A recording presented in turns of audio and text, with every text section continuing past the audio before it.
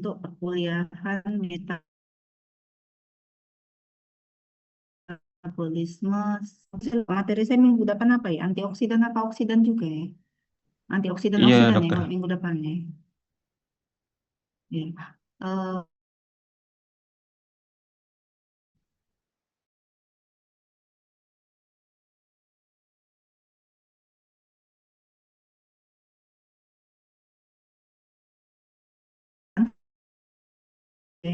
jadi ini hampir sebagian besar itu banyak yang baru tahu tentang metabolisme simbiotik.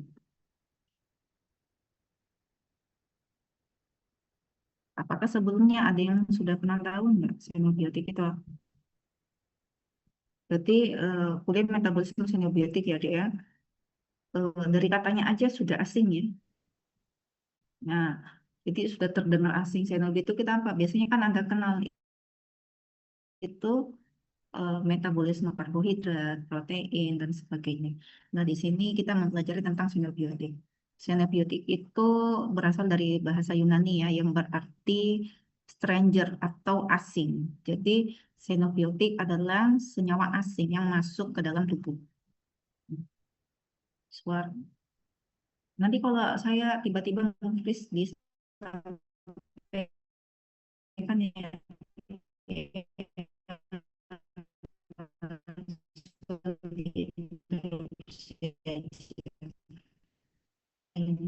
jadi senyawa asing masuk ke dalam tubuh. Nah, jadi ada benda-benda asing yang ketika masuk ke dalam tubuh, jadi benda-benda yang masuk ke dalam tubuh itu dikenal sebagai benda asing. Nah, kalau apa kayak karbohidrat, protein dan sebagainya itu bukan merupakan dia tidak dikenal sebagai benda asing ya, Dek ya. Karena tubuh itu pada dasarnya bisa melakukan sintesis sehingga dia tidak dikenal sebagai benda asing. Nah, ada yang benda-benda asing. Nanti kita pelajari benda asing apa sih yang eh, termasuk di dalamnya. Nah, untuk metabolisme sinobiotik jadi berarti metabolisme senyawa asing tersebut. Jadi yaitu kalau dari definisinya mekanisme eliminasi senyawa asing atau yang tidak diperlukan oleh tubuh ya. Jadi dia dikeluarkan oleh tubuh. Nah, jadi ini fungsinya untuk mengontrol ya, mengontrol level dari senyawa-senyawa yang tidak diinginkan di dalam tubuh. Jadi ada benda asing yang kadang ada yang kita butuhkan, ada yang tidak kita butuhkan. Nah, kadang metabolisme neobiotik ini juga disebut dengan istilah biotransformasi. Jadi kalau Anda mencari di mana di internet,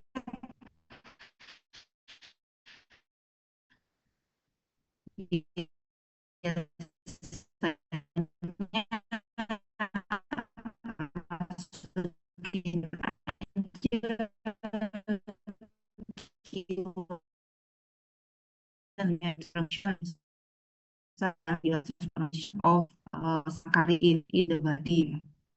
Jadi itu ada beberapa buku itu yang menuliskan biotransformasi aja. Itu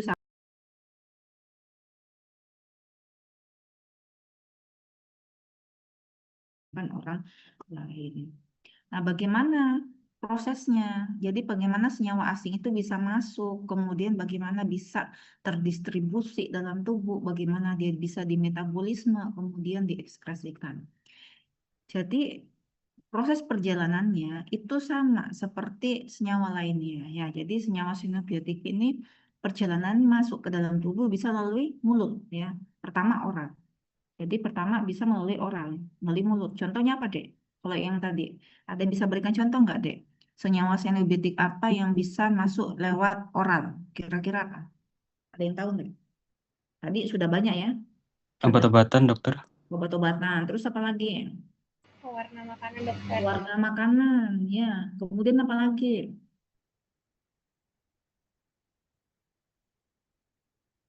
Pewarna, perasa ya, dan sebagainya. Ya. Jadi yang semua yang lewat mulut ya. Jadi kita ya tanpa Anda sadari ya, Anda misal ya dia, Anda ada suka makan mie instan, nah itu kan banyak ya kandungan-kandungannya ya. Nah, kemudian apalagi ya, jadi junk food dan sebagainya. Kemudian makan minuman-minuman yang semakin ya menggoda sekali ya pewarnanya yang pewarna. sintesis dan sebagainya. Jadi Anda tidak bisa menghindari makhluk apa xenobiotik ya. Jadi sehari-hari kita terpapar sama xenobiotik ya. Nah, kemudian kalau topikal deh, topikal contohnya apa? Kalau topikal itu yang di ini ya, di kulit ya. Jadi lewat eh, membran ya. Contohnya apa deh yang kok topikal? Senyawa xenobiotik apa yang perjalanannya melalui topikal? Yang cewek-cewek pagi-pagi apa deh? Moles-moles apa? Sunscreen dok. Sunscreen. Sunscreen, skincare ya. Jadi topikal ya. Jadi yang kita oleskan di bawah permukaan di apa kulit ya. Itu namanya topikal. Jadi bisa lewat topikal. Kemudian intravena, intramuskuler ya, subkutan ya, intraperitoneal biasanya obat-obatan gitu ya. Nah, kemudian kalau inhalasi, senyawa sianobatik apa yang masuk melalui inhalasi? Inhalasi itu lewat hirupan. Contohnya apa tadi? Senobit, senyawa sianobatik apa yang lewat hidung deh? Masuknya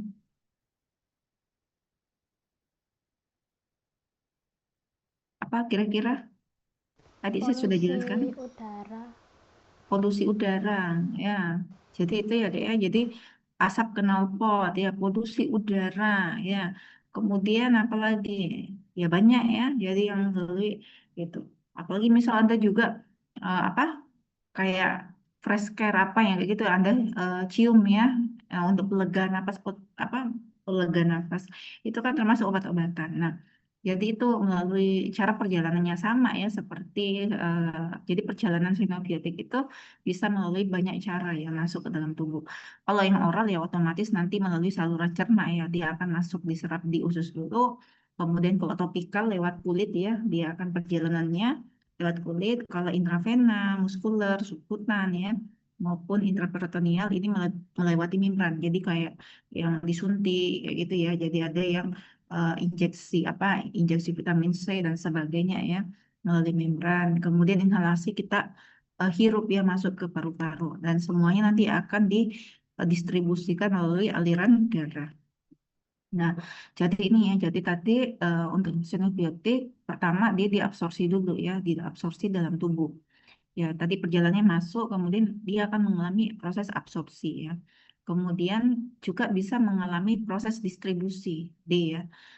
Nah ini jadi ketika dia sudah masuk lewat mulut ya, kemudian nanti ada perjalanannya ya, sehingga dia bisa dibawa melalui aliran darah, maka bisa diedarkan di berbagai jaringan ya. Kemudian juga bisa dimetabolisme ketika sudah sampai di jaringan, itu bisa dimetabolisme. Kemudian nanti akan diekskresikan dia dibuang. Ada xenobiotik yang kita butuhkan, tetapi ada juga yang tidak dibutuhkan. Jadi itulah xenobiotik ya, Dek, ya. Benda asing itu terkadang ibarat ini ya, benda asing itu ibarat eh, ada dua ya. Jadi ada yang eh, kita butuhkan untuk tubuh dan ada yang tidak kita butuhkan. Nah, ini ada kaitannya dengan liver detoksifikasi. Jadi semua proses liver detoksifikasi merupakan proses metabolisme xenobiotik. Jadi semua proses detoksifikasi itu pasti merupakan proses metabolisme xenobiotik. Jadi bagaimana toksin dirubah menjadi tidak toksin? Nah, itu termasuk di dalam metabolisme xenobiotik.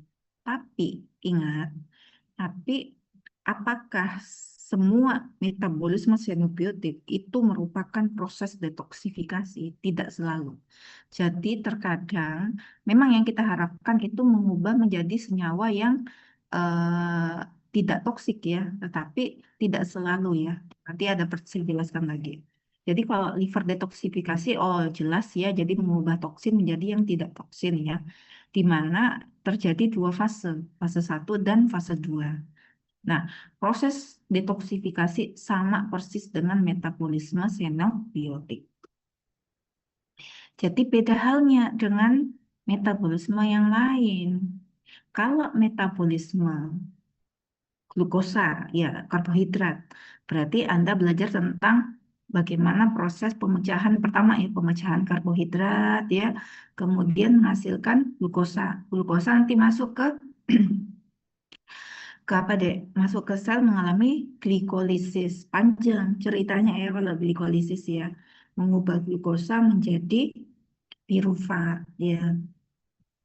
Nah, jadi itu kan ada perjalanannya, sebuah perjalanan apa glukosa dirubah menjadi glukosa dan fosfat, dirubah menjadi fruktosa sampai ke pirufat. Kalau di xenobiotik tidak seperti itu. Jadi di xenobiotik ini hanya dua fase, ya fase satu dan fase 2. Apa di fase satu, apa di fase 2? Jadi sangat sederhana sekali. Di fase satu, di sini terjadi proses yang namanya modifikasi senyawa kimia. Ingat ya, di fase satu mengalami proses modifikasi senyawa kimia. Jadi, senyawa xenobiotiknya akan dimodifikasi di sini. Di fase kedua, di sini terjadi proses proses konjugasi. Ya, jadi konjugasi hasil dari fase satu. Ini ya, jadi secara garis besarnya seperti ini. R ini adalah xenobiotiknya. Dia akan masuk ke fase satu.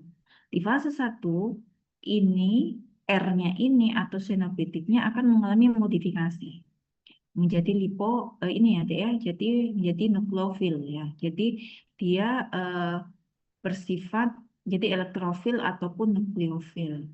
Ya.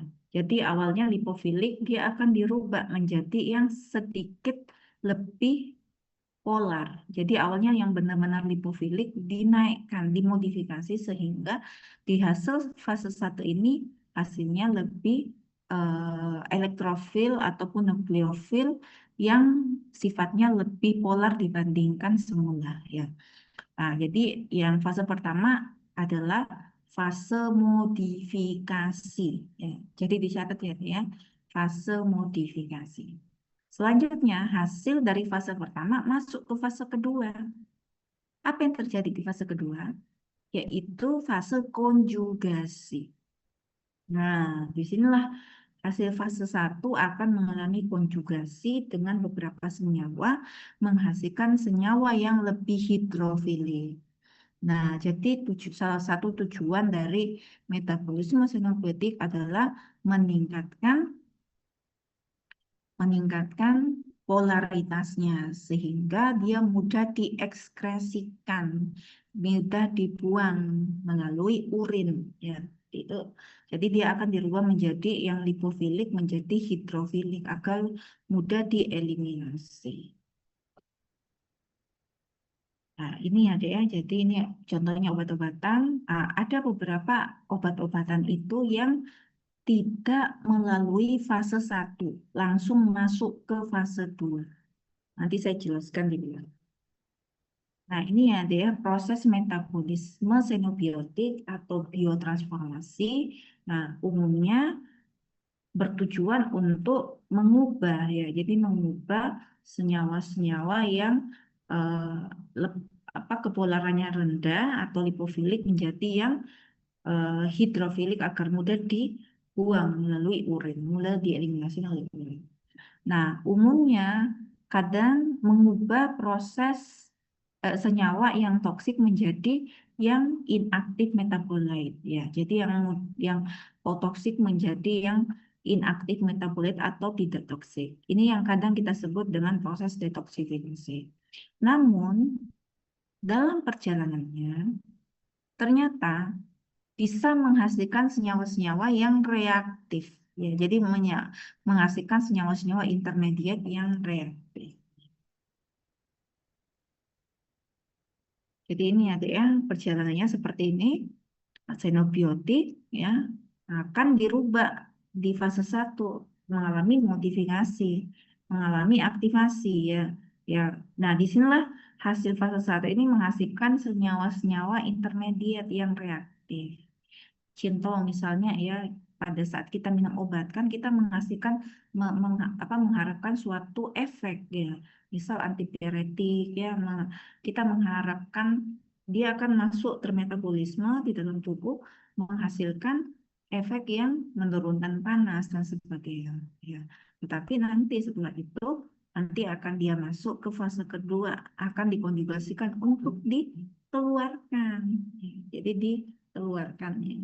Dikeluarkan melalui urin. Jadi ini mengubah awalnya lipofilik menjadi yang water soluble. Nah, di fase satu kita masuk satu persatu ya, Dek. Ya. Fase satu. Tadi namanya apa, Dek? Kira-kira apa, Dek? Tadi Modifikasi. fase satu nama reaksinya apa? Nama apa? Nama reaksinya apa kalau di fase satu? Modifikasi, dokter. Iya, betul. Modifikasi senyawa kimia. Jadi modifikasi senyawa dari xenobiotik. Ya. Kemudian di fase satu ini ada enzim yang sangat berperan penting, yaitu sitokrom P450. Ya. Ketika kita belajar tentang farmakologi, sebagian besar kita berbicara tentang enzim SIP ini, ya.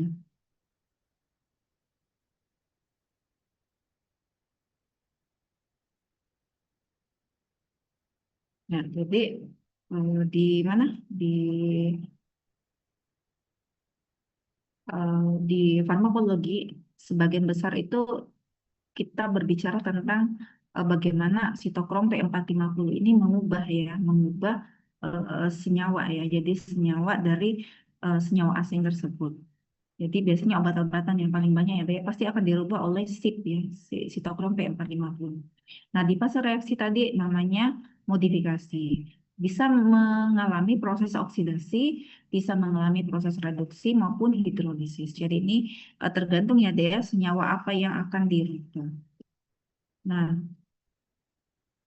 Anda lihat ya proses modifikasinya di sini misal ya RH ya. Ini tadi R aja ya, kita tambahkan RH lah ya. Jadi RH ini merupakan senyawa semibiotiknya. Nah, akan mengalami proses modifikasi dibantu oleh NADPH dan oksigen, pasti melibatkan oksigen di sini. Nah, di mana sitokrom P450 ini berfungsi untuk menempelkan oksigen yang ada di dalam salah satu ya. Jadi dia menempelkan satu oksigen dari O2 ini ke xenobiotiknya sehingga terbentuklah ROH. Jadi ini ujuk-ujuk ada O-nya ini dari O dibantu oleh sitokrom P450. Jadi ini proses. Nah, ini reduktor ya, Dek, ya. Jadi NADP ini merupakan reduktor yang kuat. Nah, kemudian ditempelkan, kemudian nanti satunya akan masuk ke H2O. Ya. Jadi nanti ini apa? Di sini lepas ya, Dek, ya. Ini H, nah ini mengikat O ya. Tadi. Nah, di sini terbentuklah senyawa fase 1 yang bersifat hidrofilik ya. Jadi lebih polar dibandingkan xenobiotiknya. Nah, selanjutnya si hidrofilik, bentar ya Dek ya, saya pindah.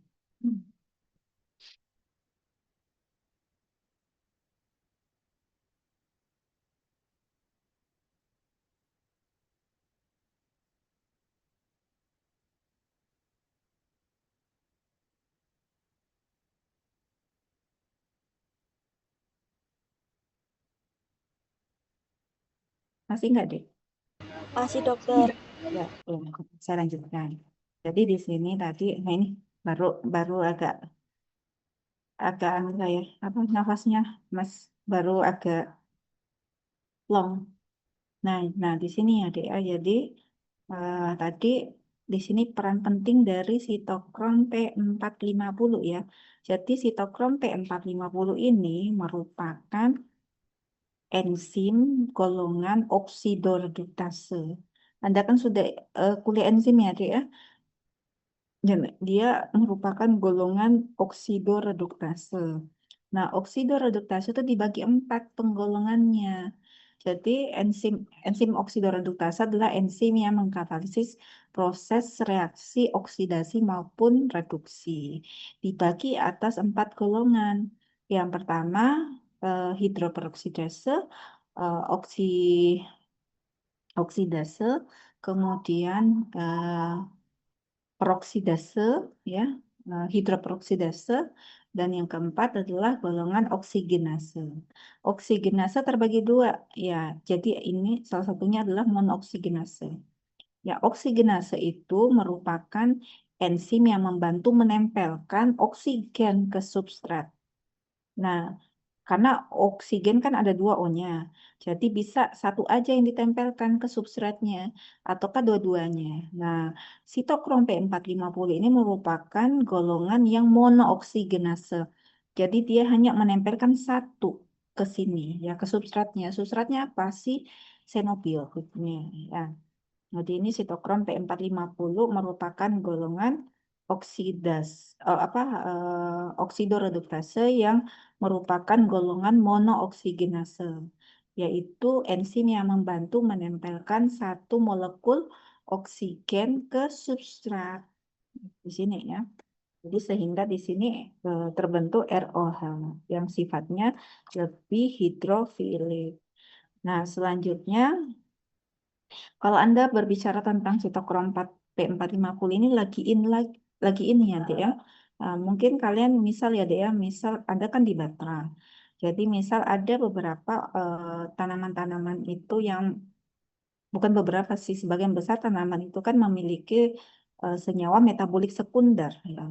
Nah, ada yang dia mempengaruhi sitokrom P450 ini. Nah, beberapa penyakit saat ini memfokuskan pada kondisi dari sitokrom P450 ini. Karena dia sangat penting sekali ya. Jadi semua makanan-makanan yang Anda makan, senyawa-senyawa metabolik sekundernya itu pasti akan melibatkan sitokrom P450 ini. Apa jadinya kalau sitokrom P450 ini terganggu dalam tubuh? Otomatis senyawa-senyawa xenobiotiknya ini juga akan terganggu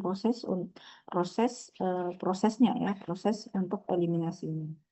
Nah, di mana P450 ini chip 450 memiliki banyak sekali kelas ya, Dek ya. Terdiri dari kurang lebih 150 isoform ya. Kemudian dia banyak ya familinya, kemudian sub-sub familinya ya. Nah, ini ya, Dek ya.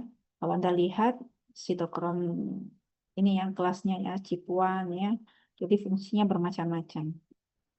Nggak usah dihafalkan, ini cuman saya jelaskan aja.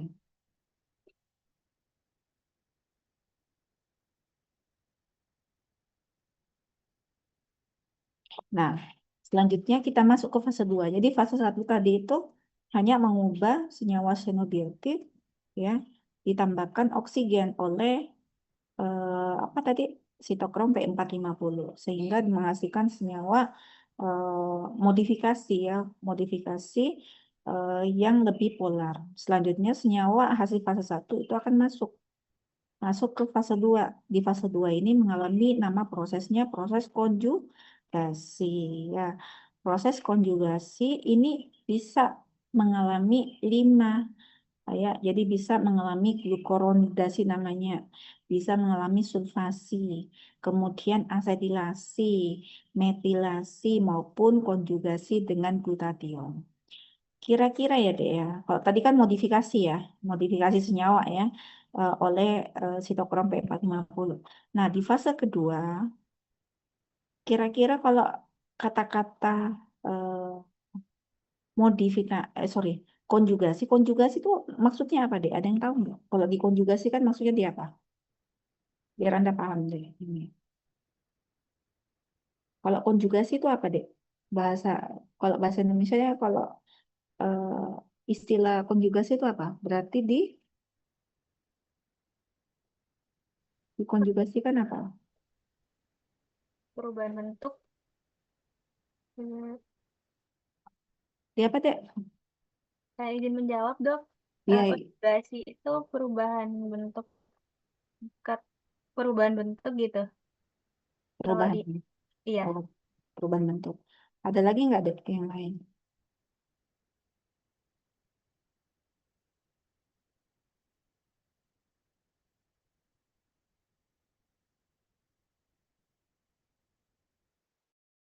Ya, perubahan.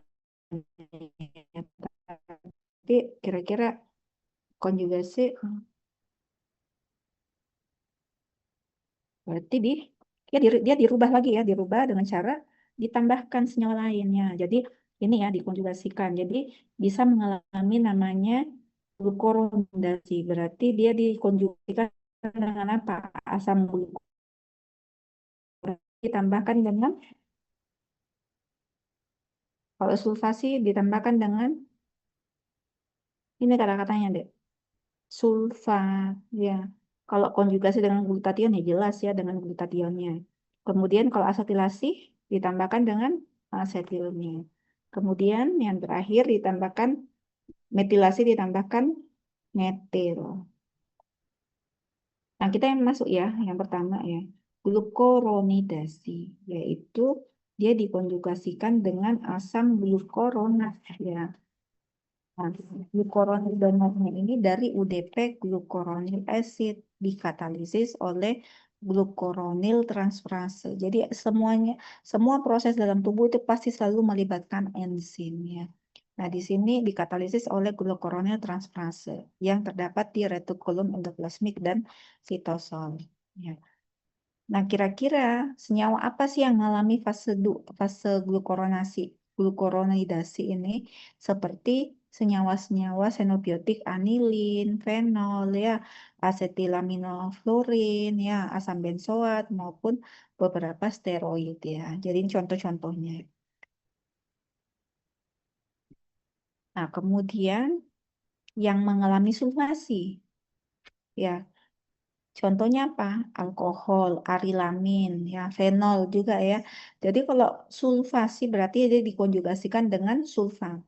Nah, sulfat donornya ini dari senyawa lain yaitu PAPS ya, adenosin ya, fosfosulfat ya, adenosin 3 fosfat 5 fosfosulfat. Biasanya disebut dengan aktif sulfat ya. Kemudian yang ketiga, konjugasi dengan glutation. Ini merupakan antioksidan. Pernah dengar nggak, Dek? Glutation, minuman glutation. Pernah nggak? Biasanya cewek-cewek ini ya. Ada yang sudah pernah dengar nggak, Dek? Ada minuman mengandung glutation. Pernah nggak? Pernah dengar nggak? Atau skincare. Ada yang pernah tahu nggak?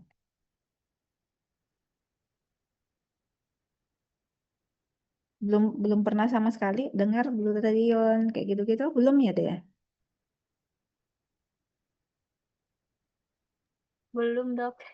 Oh ya sudah, nanti habis ini Anda bisa browsing ya. Ya, ini ada kaitannya dengan sebagai antioksidan. Jadi biasanya senyawa-senyawa yang potensial toksik ya. Jadi potensial toksik itu seperti senyawa-senyawa karsinogen ini di fase 2-nya akan mengalami konjugasi dengan glutathione. Ya.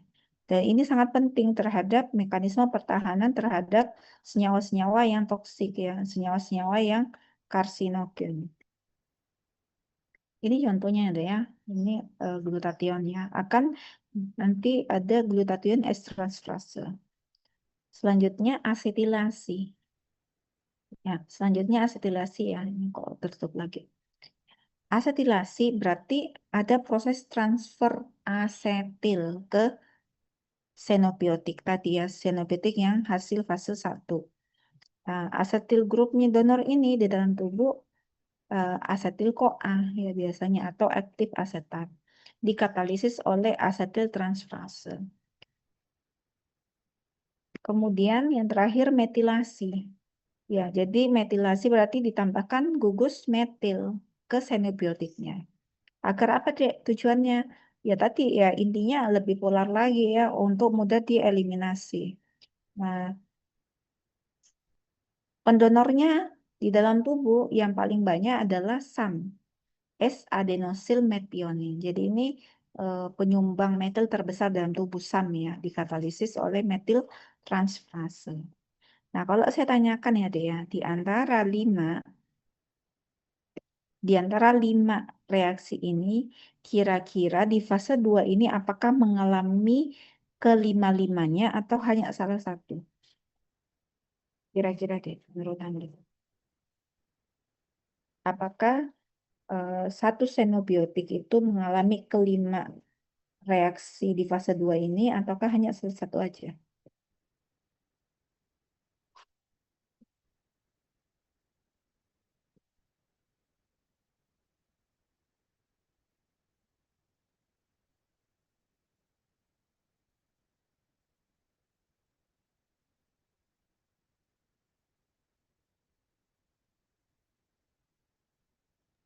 Izin menjawab, Dok, hanya mengalami satu atau beberapa fase yang sesuai dengan struktur kimianya. Hanya satu atau beberapa deh? Berapa reaksi yang sesuai dengan unsur kimianya, Dok? Oke. Ada yang lain nggak? Kasih jawabannya deh. Ada lagi yang ini menurut Anda aja nggak apa-apa ya. Eh, Kira-kira mengalami hanya satu, beberapa, atau kelima-limanya? Ada yang mau berpendapat nggak kira-kira? Kira-kira ya. Jadi hanya mengalami satu ya, tergantung dia jenisnya apa ya. Jadi bukan kelima-limanya ya. Jadi dia mengalami tergantung dia jenisnya apa. Dia bisa mengalami glukorondasika atau glutathione kah, sulfasika, asetil maupun metil. Jadi tergantung senyawa xenobiot ya. Nah, jadi itu ya DA untuk. Nah, kemudian bagaimana respon seluler terhadap xenobiotik? Ingat ya. Jadi ingat xenobiotik itu tidak selalu menghasilkan senyawa yang tidak toksik. Nah, karena di hasil fase 1 ini bisa menghasilkan reaktif metabolit. Nah, di sini reaktif metabolitnya ini kita bisa menghasilkan beberapa efek. Ada efek-efek obatan yang memang kita inginkan ya. Kemudian ada yang kebalikannya, adverse dari drug effect-nya. Kemudian ada yang menghasilkan toxic effect ya. Kemudian nanti bagaimana tubuh ini akan mengubah kembali ya. Jadi mengubah di fase 2 ini menghasilkan senyawa yang tidak toksik. Tapi di antaranya ini, di intermediate ini bisa menghasilkan reaktif metabolit. Ya. Nah, kalau reaktif metabolit, saya tidak berbicara tentang drug effect ya, karena itu masuk ranahnya farmakologi. Ya maupun adverse effect ya, adverse drug effect-nya. Karena ini masuk ranah farmakologi. Kita berbicara tentang toksiknya ya. Meskipun tidak selalu menghasilkan efek toksik ya, Dek, ya, tidak selalu. Jadi kalau yang menghasilkan reaktif metabolit yang toksik, dia bisa menyebabkan berbagai macam gangguan. Dia bisa berikatan kovalen dengan makromolekul penting di dalam tubuh. Yang pertama contohnya ya, dia berikatan dengan makromolekul seperti pada ini ya, jadi DNA, RNA ya maupun protein-protein penting yang sangat dibutuhkan oleh tubuh. Apa jadinya kalau toxic effect berikatan dengan DNA? Apa jadinya senyawa yang toxic effect-nya itu berikatan dengan RNA? Tentunya bisa mengganggu kondisi di dalam tubuh ya, bisa menyebabkan hingga kerusakan sel. Ya. Jadi ini bisa menghasilkan kerusakan sel. Nah, kemudian selain itu bisa menyebabkan produksi antibodi ya. Jadi menghasilkan kerusakan atau gangguan imunologik ya. Jadi gangguan imunitas ya. Ini contohnya Stephen Johnson syndrome. Dia terlalu reaksi berlebih ya, reaksi berlebih, alergi yang berlebih ya. Ini terkenal banget ya. Banyak kasus ini ada ya. Kemudian, nah ini yang senyawa-senyawa karsinogenesis. Ya, jadi senyawa-senyawa karsinogenesis bisa menyebabkan apa? Bisa menyebabkan memicu terjadinya kanker ya, bisa menyebabkan mutasi, kanker dan sebagainya. Jadi banyak sekali eh, bahaya dari toxic effect-nya. Oleh karena itu harus dirubah ya. Ini tadi seluler responnya terhadap xenobiotik ya, yang dimana reaktif metabolitnya ini yang ke arah toksik. Jadi dia bisa berikatan kovalen dengan apa tadi protein penting ya, kemudian sistem imun ya, kemudian juga bisa menyebabkan mutasi. Nah, jadi secara garis besar ya ini ya, untuk proses seniobiotik ini kita adalah proses untuk mengeliminasi ya. Jadi mengubah senyawa asing yang masuk ke dalam tubuh menjadi senyawa yang mudah dikeluarkan ya, melalui urin. Di fase 1 ini menghasilkan senyawa yang sedikit polar ya.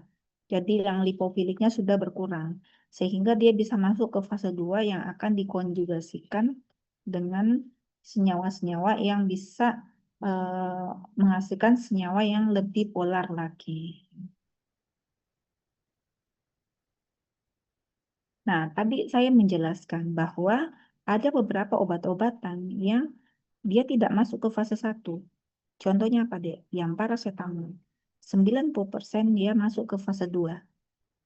Nah, kenapa? Karena di fase 1-nya ini bisa menghasilkan senyawa yang toksik ya, NAPQI ya. Jadi ini prosesnya NAPQI itu N-asetil P-benzoquinonimin ya. Ini merupakan senyawa toksik intermediate. Jadi makanya 90% akan masuk ke fase 2, yaitu mengalami konjugasi dengan asam glukuronat ya. Ataukah juga mengalami konjugasi dengan asam dengan sulfat ya. Ya, sehingga mudah dilepaskan di sini ya. Nah, kalau 10%-nya terus dia toksik, terus bagaimana kondisi tubuh ya, tetap bisa mengalami proses lagi ya. Jadi di sini nanti karena ini potensi terhadap radikal bebas, nah ini maka nanti di fase 2-nya akan dikonjugasikan dengan glutathione. Ingat tadi glutathione sebagai antioksidan ya. Biasanya dia paling banyak katalisis senyawa-senyawa xenobiotik yang bersifat toksik seperti bahan-bahan karsinogenesis maupun yang berpotensi sebagai radikal ya, sehingga mudah dibuang ya, diuraikan melalui urin. Nah, dari sini ada yang tanyakan nggak? Jadi materi untuk xenobiotik itu aja. Jadi xenobiotik itu ya kita hanya mempelajari bagaimana proses senyawa asing ya. Jadi metabolisme senyawa asing yang masuk ke dalam tubuh. Sampai sini ada yang tanyakan?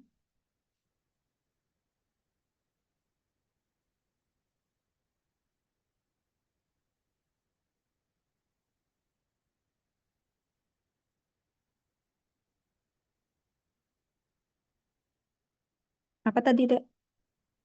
Xenobiotik itu apa? Xenobiotik. Benda asing yang masuk ke dalam tubuh, Dok.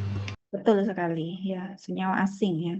Jadi semua senyawa asing itu masuk ke dalam tubuh dikenali sebagai xenobiotik ya. Proses metabolismenya kadang dikenal dengan istilah apa, Dek? Selain metabolisme xenobiotik, istilahnya itu terkadang disebut juga istilahnya apa? Detoksifikasi. Biotransformasi. Transformasi ya. Jadi kalau Anda mau searching silahkan Anda searching deh ya, karena saya tidak menjelaskan per per senyawa enggak seperti kayak metabolisme karbohidrat ya, kita kan ada perjalanannya. Kenapa? Karena senyawa asing itu kan banyak sekali, di mana setiap benda-benda asing itu punya prosesnya sendiri, tetapi secara garis besar untuk metabolisme xenobiotik hanya melalui 2 fase tadi. Fase 1 yang kita sebut dengan fase modifikasi, di mana yang fase kedua kita sebut dengan fase konjugasi. Nah, menghasilkan senyawa yang lebih hidrofilik ya, sehingga mudah dilepaskan ke dieliminasi melalui urin.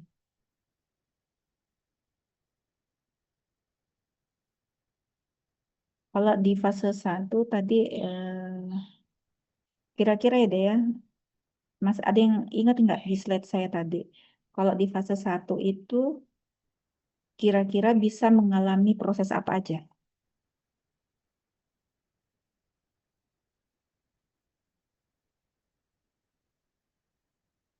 Di fase 1 kira-kira bisa mengalami proses apa aja?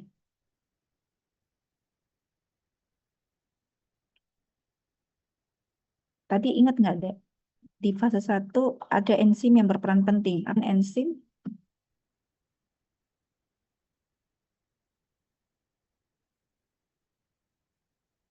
Termasuk golongan, ini saya arahkan ya cara menjawabnya. Termasuk enzim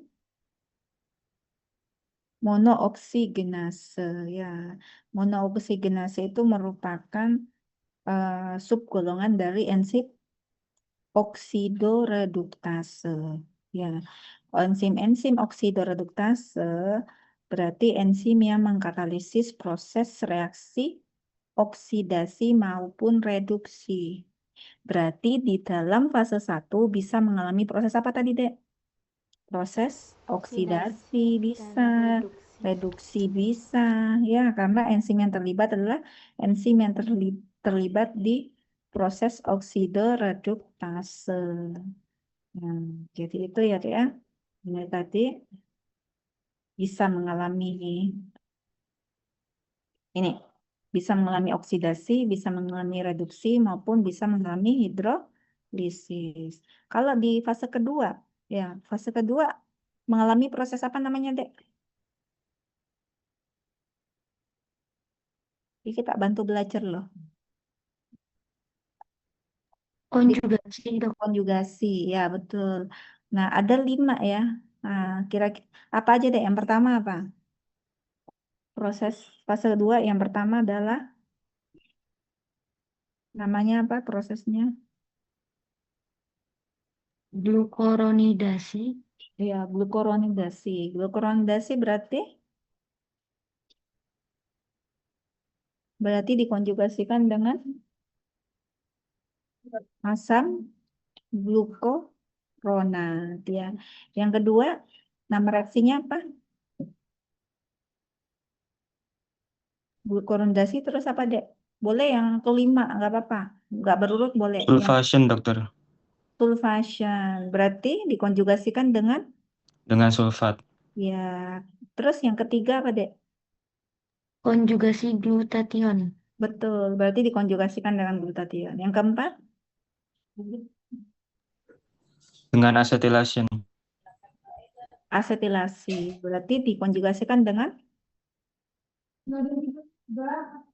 asetil ya. Kemudian yang kelima, yang terakhir apa? metilasi, Dok. Metilasi, berarti dikonjugasikan Dengan dikonjugasikan metil, dengan metil, Dok. metil. Betul sekali ya, Dea. Jadi itu, jadi diingat-ingat ya, Dea, prosesnya. Tujuan dari metabolisme xenobiotik ada yang tahu nggak? Masih ingat nggak tadi tujuannya xenobiotik, metabolisme xenobiotik? Untuk mengubah, tujuannya apa, Dek? Kenapa sih benda asing itu harus di biotransformasikan dalam tubuh? Kenapa harus di metabolisme? Agar bisa dikeluarkan, Dok. Untuk meningkatkan polaritasnya sehingga mudah kalau polaritasnya sudah tinggi mudah diekskresikan ya melalui ginjal atau melalui urin ya. Jadi itu fungsinya. Tadi sudah ya enzim yang terlibat di fase 1 apa tadi itu namanya? Enzim di fase 1 Sitokrom P450. P450. Golongannya apa? Dia termasuk golongan enzim monooksigenase. Jadi gitu ya. Itu aja sih sebenarnya, Dek, ya. Ini saya enggak teruskan ya, Dek, ya. Ini materinya sebenarnya bagian cuman yang penting kalian tahu prosesnya ya. Nah, silahkan misal ya, Dek, ya. Misal Anda mau mencari misal ya Anda mau mencari bagaimana sih senyawa-senyawa asing itu yang masuk ke dalam tubuh itu di metabolisme ya. Anda silahkan cari. Biasanya bisa menggunakan istilah ini biotransformation ya of misal sakarida ya atau benzoic acid ya in the body.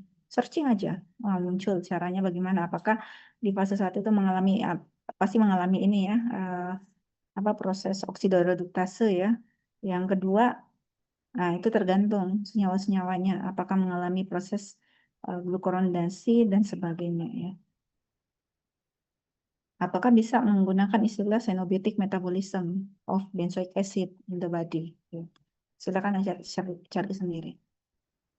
Sampai di sini yang ditanyakan, Dek, materinya sudah selesai ya. Memang sangat singkat sekali ya. Ada yang tanyakan?